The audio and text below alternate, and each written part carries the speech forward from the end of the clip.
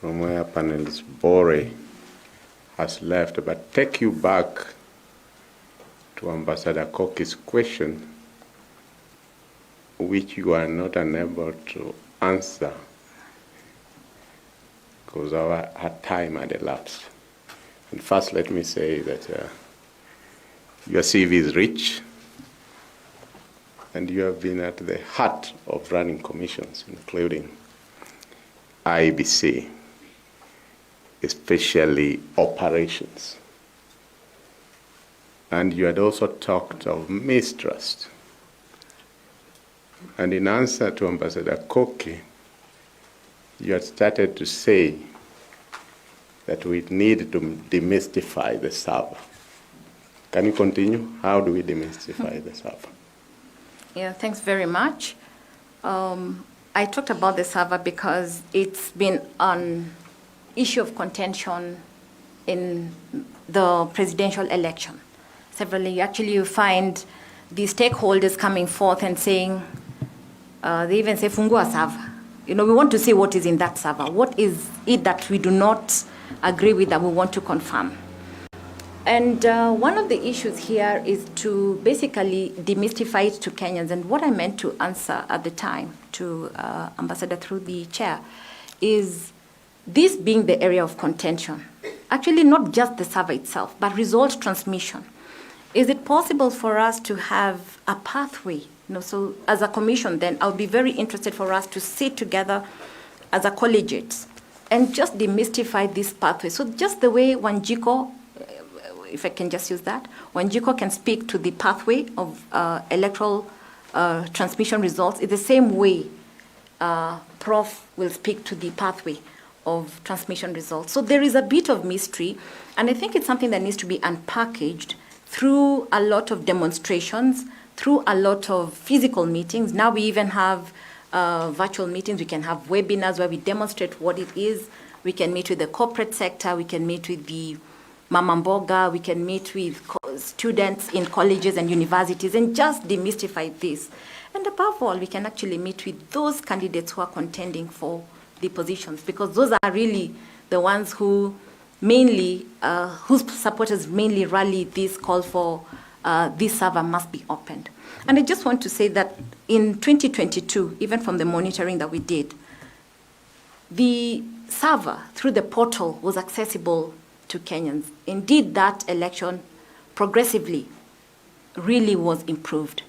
And people would walk into the, or rather log into the portal and be able to see the various Form 34As. All of them were in that server, which is called the IEBC portal, and therefore making it very transparent. So you can go in, collect what you see in the server, and plus what your agents had in the stations, and indeed, they tally, and trust is restored. I know you are not an IT expert, but what do you say to those IT experts who say the portal and the server are not one and the same? Because banks have servers, companies have servers, there's a way in which they go in those servers. What do you say to those who are saying that portal is not the same as the server, you having been an operations person? Yeah, I wouldn't agree with them, because that portal is reflecting exactly what is in the server.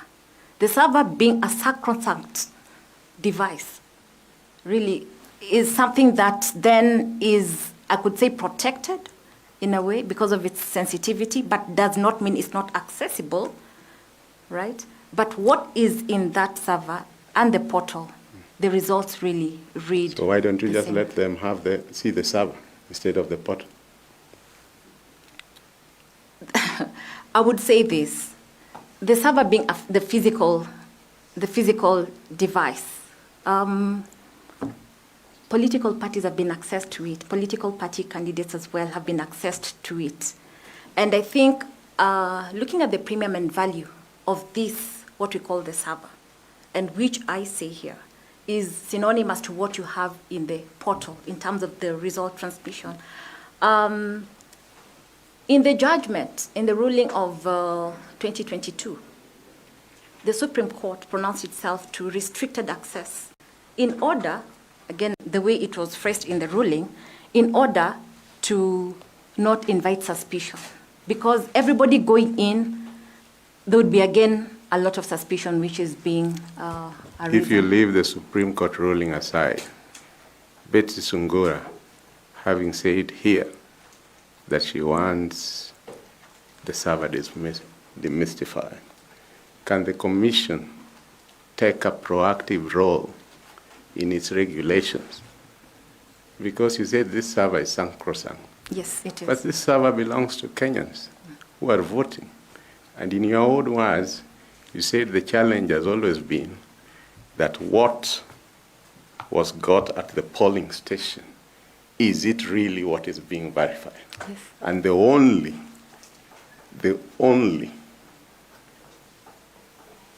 gadget or instrument that can have a finality to it is the server. If political stakeholders came and say, as you have correctly said, that this is where our mistrust comes, would political stakeholders and the IEBC, before the election is conducted, agree on the modalities, the pathways of using the server as the verification tool for what came from the polling station? Yes, I would agree with you, Professor, through the chair, that indeed having even a multi-stakeholder forum, including the candidates, including the registrar of political parties, where there could be a sitting, and not just one forum, but several, where people are able to go through what it is, what the server is, what the elections pathway, result transmission pathway, what are the new infusions, because technology keeps changing. And if, say, there is any new introduction into the technology that will be procured, if there is procurement, then can they all be on the same page? That would be very important.